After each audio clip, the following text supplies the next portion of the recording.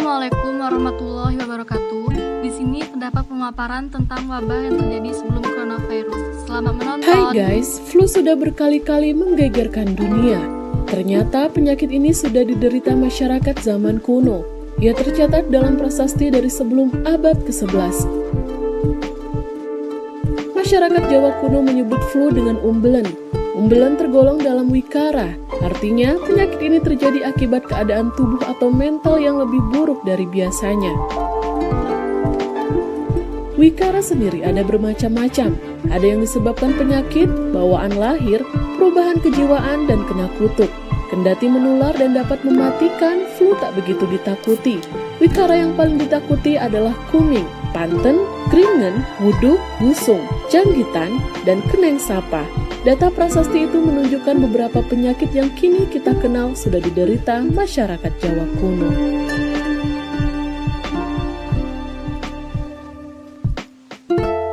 Setelah video yang menjelaskan tentang sejarah wabah-wabah yang terjadi di Pulau Jawa, di sini juga terdapat video informasi yang dikutip dari Dr. Resa Brotoasmoro tentang penjelasan 14 hari di rumah saja.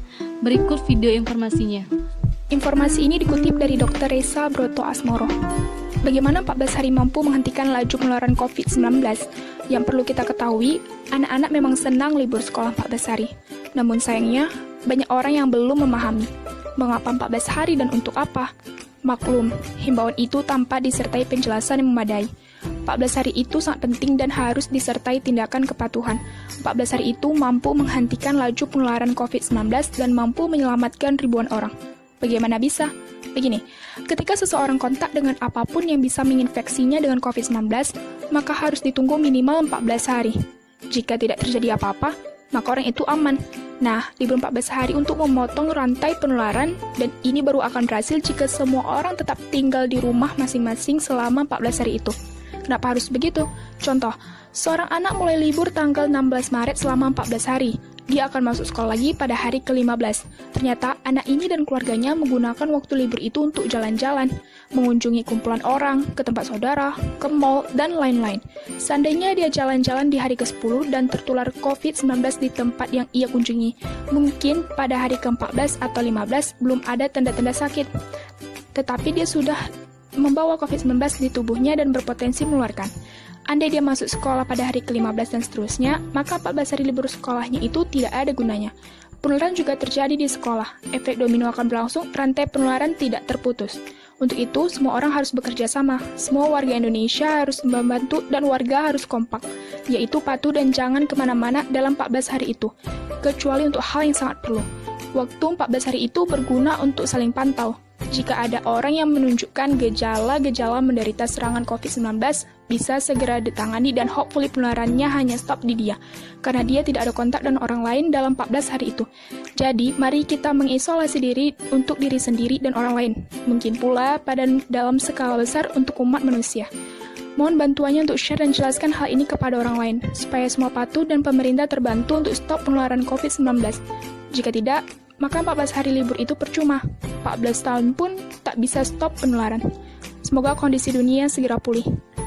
Dr. Resa Brotoasmoro.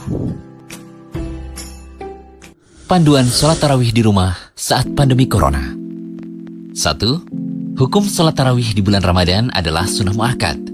Sholat yang penuh keutamaan ini jangan sampai ditinggalkan walaupun saat ini melaksanakannya di rumah saja karena adanya mudarat jika kumpul bersama di masjid.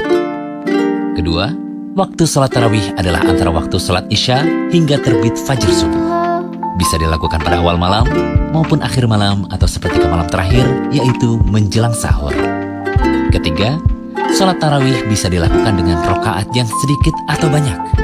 Yang tepat, jumlah rokaat sholat tarawih tidak dibatasi. Kalau biasa merutinkan 11 rokaat, baiknya di rumah dijaga dengan 11 rokaat. Keempat, sholat tarawih dilakukan dengan 2 rakaat salam, 2 rakaat salam. Sholat tarawih bisa juga dilakukan dengan 4 rakaat salam, 4 rakaat salam, sebagaimana pendukungnya dalam hadis Aisyah. 5. Sholat tarawih bisa dilakukan berjamaah bersama keluarga, atau bisa juga seorang diri di rumah, tergantung mana yang dinilai maslahat. Keenam, yang menjadi imam adalah yang faham hukum sholat, dan juga bagus bacaannya.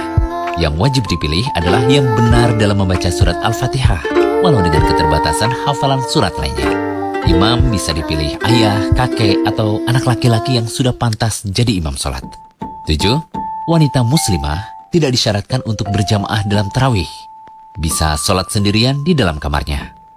Kalau ia merasa kurang semangat, kurang khusyuk, atau lalai dari sholat, dia boleh sholat berjamaah bersama keluarga di rumah. 8. Seorang imam boleh sholat tarawih sambil memegang mushaf. Bisa pula dengan gawainya atau gadgetnya selama gerakannya tidak terlalu banyak dan demi kemaslahatan sholat. 9. Sholat malam ditutup dengan sholat witir.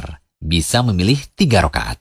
Sholat witir 3 rakaat dapat dilakukan dengan 2 rakaat salam, lalu 1 rakaat salam. Atau bisa pula dengan 3 rakaat sekaligus salam. 10. Jika sudah sholat tarawih pada awal malam, bisa juga mengerjakan sholat tahajud setelah bangun tidur. Asalkan tidak menjadikan 2 witir